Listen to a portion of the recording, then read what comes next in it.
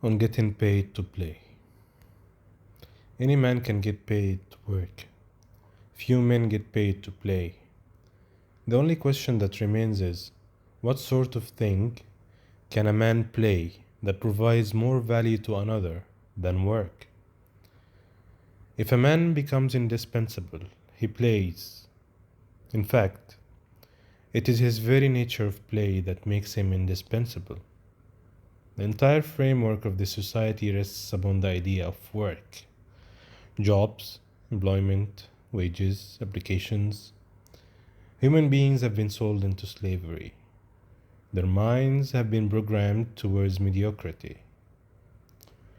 Man has been made into a slave, placed into an arena with digital screens and nightclubs, so that he remains distracted enough to never gain the motivation to pull himself out of slavery. When you leave your house, feel the tilt of the pavement, the slight grade of the earth. You will find that it is tilted downward. This is how the society has been constructed, like the grade of a bathtub and the downward slope of a beach as one enters the ocean. The bulk of humanity gets sucked into this drain of mediocrity. It becomes consumed by the vortex. There is something that I have become notorious for, and that is firing clients.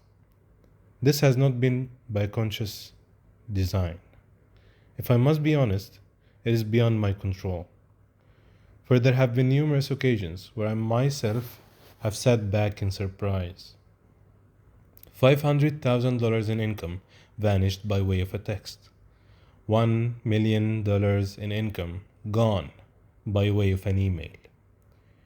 We are who we are. Our DNA is what it is.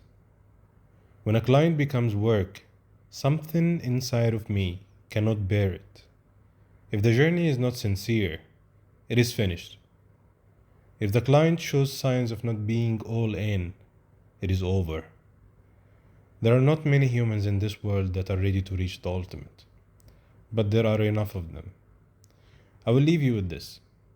If you love your job and it doesn't seem like work to you, there is no harm in this. But before coming to this conclusion, investigate a little. Investigate to see if you have talked yourself into dissatisfaction or if it is truly genuine. If you own a company, I can virtually guarantee that it has made a worker out of you. Some of you will vehemently deny this. I hear it all the time. I can virtually guarantee that you are to a fair degree enslaved by your customers or clients. This is not play. This is not play. And as an owner of a company, play is indeed available to you. What must be understood is that human beings' lives harden into routines. They harden into a way of being. At some long forgotten moments many moons ago, they settled for things they swore they would not settle for. They compromised on things they should not have compromised upon. But seeing no alternative, they pulled the trigger and became a worker disguised as an owner. There's a truth to everything. All things can be had. Man was not made to sacrifice. And with true understanding, he doesn't have to. The silly jokes you tell on Twitter hide your shame. The images you post camouflage your self-disgust. The time you spend posting empty responses to empty messages expose you as a worker who has too much time on his hands. Time that could be spent understanding. Time that could be spent undoing all the compromises. Yes, I do peruse the Twitter activity of my clients so that I can gain better understanding of them. Who one is when they are not being watched is closest to who they really are. Mine is a serious endeavor, and there is only room for the serious. If you look around you at this very moment, what you will see is air. This air is filled with time and space. This time and space are raw materials for your art. There is nothing else to do. Why would you waste this time and space for idle chit chat, social events, empty laughter, and a night on the town?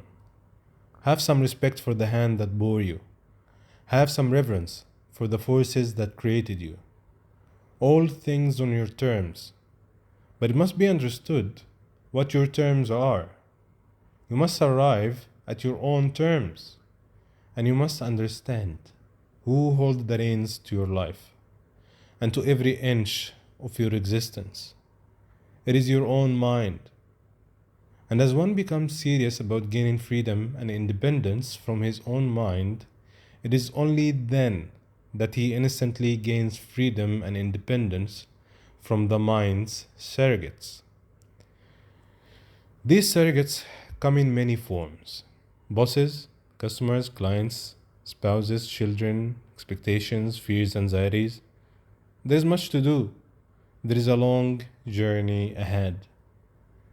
The ignorant man has all kinds of time. The master has no time, for he sees that the end is near, and to die without having arrived is to die in shame. Namaste.